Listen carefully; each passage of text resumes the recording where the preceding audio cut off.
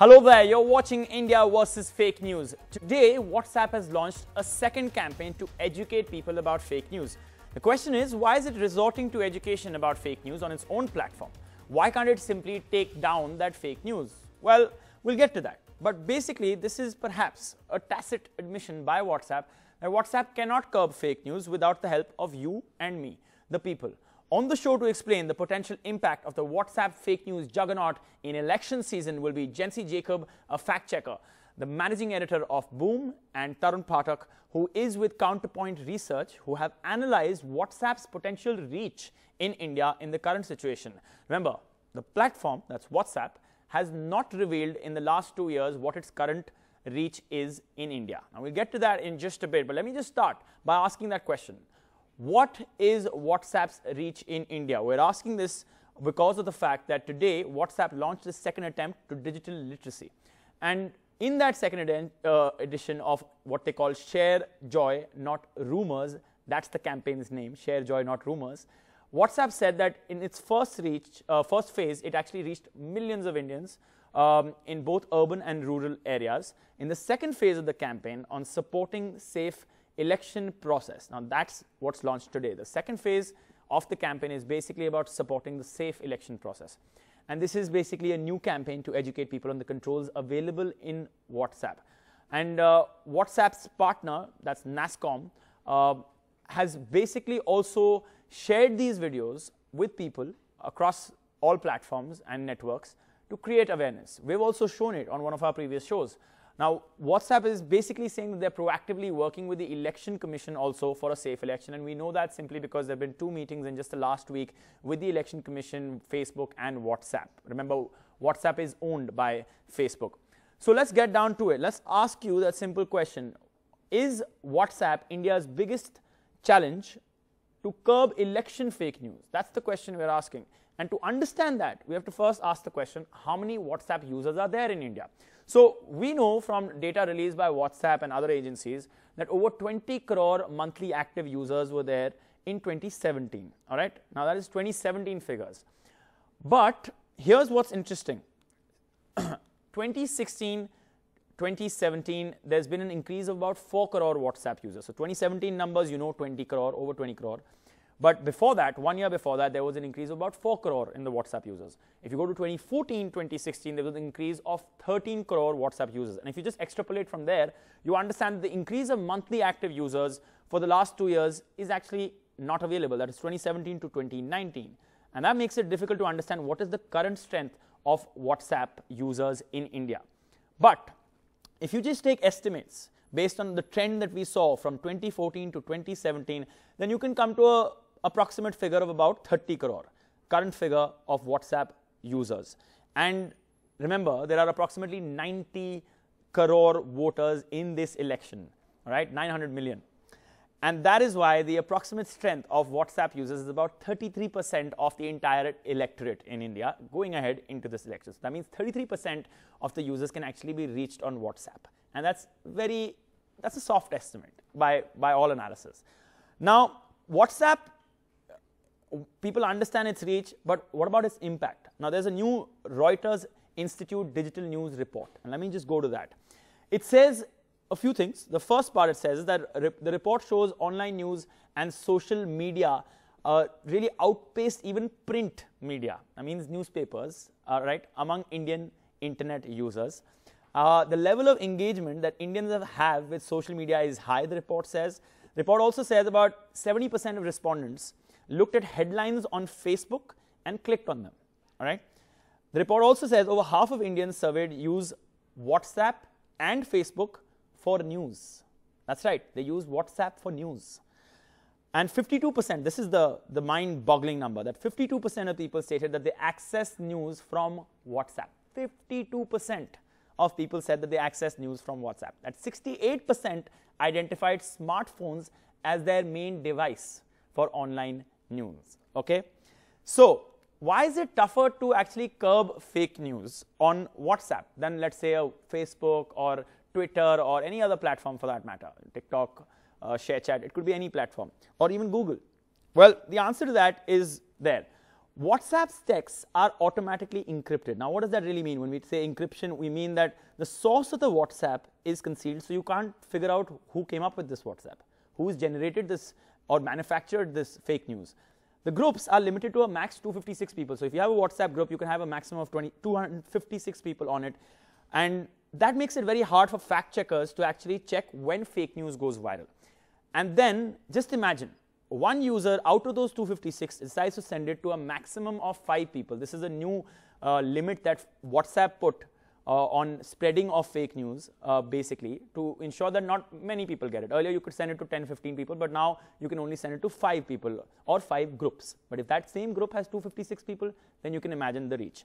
Now, one worry for us journalists and everyone really is that there's no analytic system right now that journalists can use to monitor this activity on WhatsApp. The latest information also came through a report that there are as many as 87,000 WhatsApp groups that may be targeted this time, and these will be groups, of course, that have voters. This is huge, all right?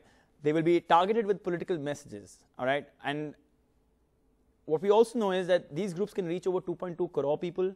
Counterpoint Research, whose representative is there on our show right now, they have said that India has nearly 43 crore smartphone users, and WhatsApp has launched these initiatives to curb fake news, joined hands with NASSCOM, and said that they are trying to curb the spread of fake news. But take a look at how bad it can get when there are those rumors or items of fake news on WhatsApp. The worst of the WhatsApp rumors in India, what have they left us with? Well, India Spend may have come up with a figure of more than 30 people being killed because of WhatsApp rumors, but we are just giving you some certain instances.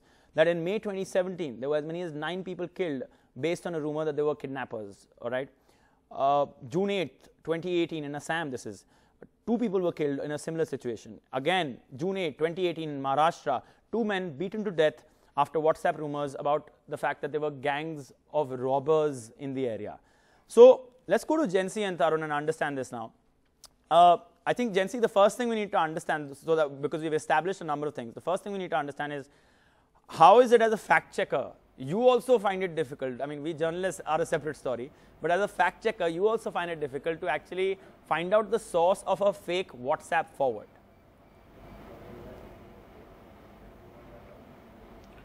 Well, Amitoj, that cannot be done at all. In fact, the very system that WhatsApp has built does not allow anyone to even understand where the source is coming from. So, as a fact checker, that's something that we have already made our peace with.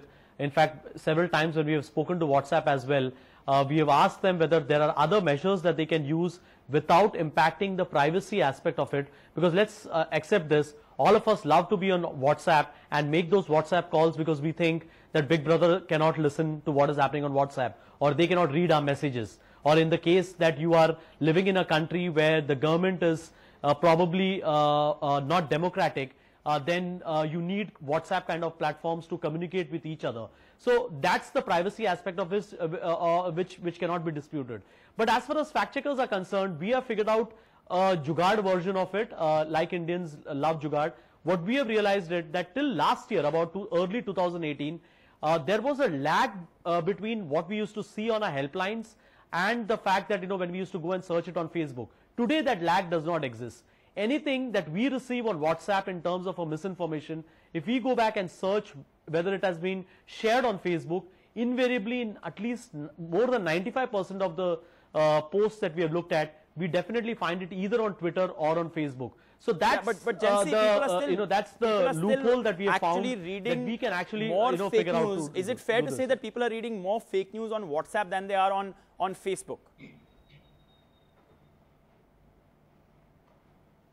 I guess that's a correct assessment, though I would not be able to give you any solid evidence for that. But just going by the fact that when we speak to people about where did they read it first, or where did they first see this message, they invariably have seen it on WhatsApp. Also, Amitoj, I would just like to explain why that is important, because unlike Facebook, WhatsApp is always open on your phone. You're always trying to message someone or trying to see if anyone has sent you a message. Facebook, not everyone may be on Facebook all the time. And Facebook is also a feed system, right? So you may have not seen something which has just come on your timeline or you may decide not to go on Facebook an entire working day and you may have missed the misinformation. But WhatsApp, there is no way you can miss it unless you have decided that you're going to mute all the groups and you're not going to go back and check what has been posted there. Then when you mute it, you'll eventually go to it. That is something that even happens to me. Okay, I want to go to Tarun. Tarun, explain to us what Counterpoint Research found. Sure. Thanks, Amitoj. I think you have explained it nicely how this overall WhatsApp numbers and things work. I would like to go a bit behind these numbers. So if you look at in the past general elections in 2014, the smartphone penetration in India was close to like 10%. So that is one part of it. Every year, we are adding 60 to 70 million new smartphone users, and most of them are coming from tier 3, tier 4 and rural part of India. So that's one part of it. If you look at the other part of it, in 2014 general elections, the cost of 1 GB of data was close to 300 rupees. And today, the same cost of 1 GB of data is close to 20 rupees. And if you combine both these situations, what that effectively means that India is the cheapest country in the world to spread a fake news, because we have literally come from a time frame when users were basically turning on their data to check the basic online activities, then turn it off. Now we have tons of data lying idle on our devices, and suddenly these new smartphone users who are not very digitally literate, they are being exposed to this whole new digital ecosystem. So most of them, the users, are self-taught. So what they know is, okay, they are trying, they think everything which is coming to their WhatsApp is true, and then they spread it further. So right. I think the basic root is cognitive thinking and the digital literacy, which is not happening right now for the new smartphone users which are being added. Right, exactly. That's what the Reuters report said, that 52% of the people stated that they actually access news from WhatsApp. Jency and Tarun, stay with us. We're going to continue this discussion. We just have to take a short break, and we're going to give you information, more information about why in this election, WhatsApp is the biggest challenge for, well, anyone who's trying to put the truth out there. And that's what we're trying to do.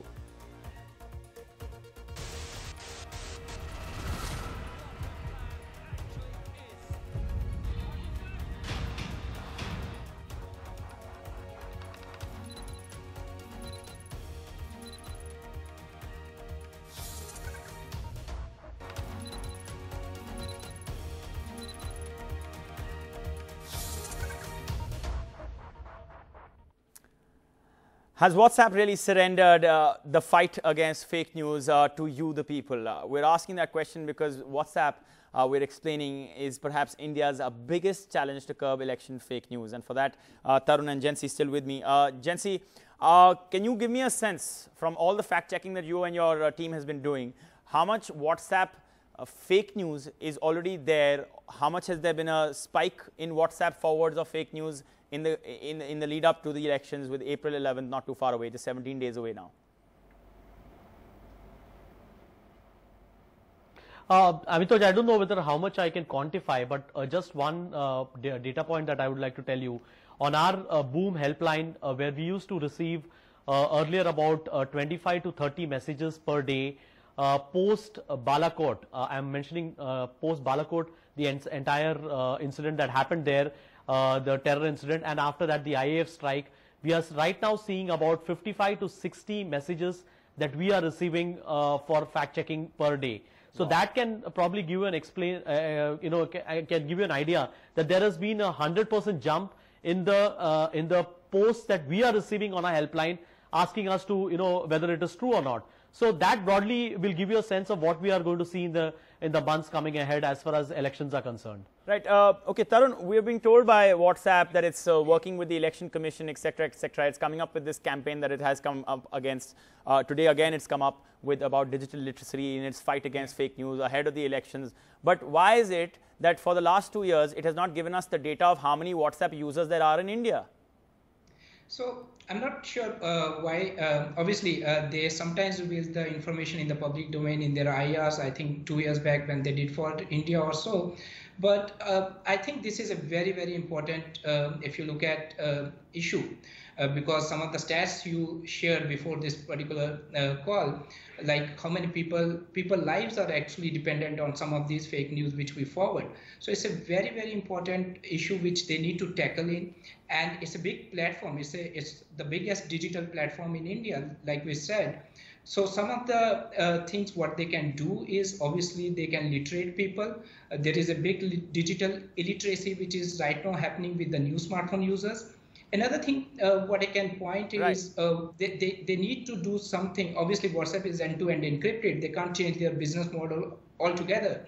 What they can do is bring in some of the features, like, for example, if I'm receiving something forwarded, I can have an option of spotting it as a fake or no, or get votes from the users, or maybe monetize it. Basically, if I'm a user and I'm spotting fake news. The question is, why are they not doing that? And they're not going to do that before the election. So Gen Z and people like you, Tarun, will have to keep giving us information about how to tackle the menace of WhatsApp. WhatsApp, in a sense, is asking for our help when they're coming up with this digital literacy campaign for the second time, a second campaign that they launched today. Thanks so much to both of you. And if you want to know just why you should be watching NDTV to actually get the best of the truth, well, let me just give you this information. The Reuters Institute, based at Oxford, has just released its new report on digital news in India. And the report finds that NDTV is the #1 choice for Indians who speak English and have access to the internet. NDTV is also the first choice, not just online, but where it is miles ahead of all competition. But NDTV 24/7 is the clear go-to for the same population, which picks it ahead of all other television channels and newspapers. So if you are still confused about where to go, well, I'm not quite sure what to say. Well, come here. That's what I went. All right. On the other side, the real news with Manika. Don't go anywhere.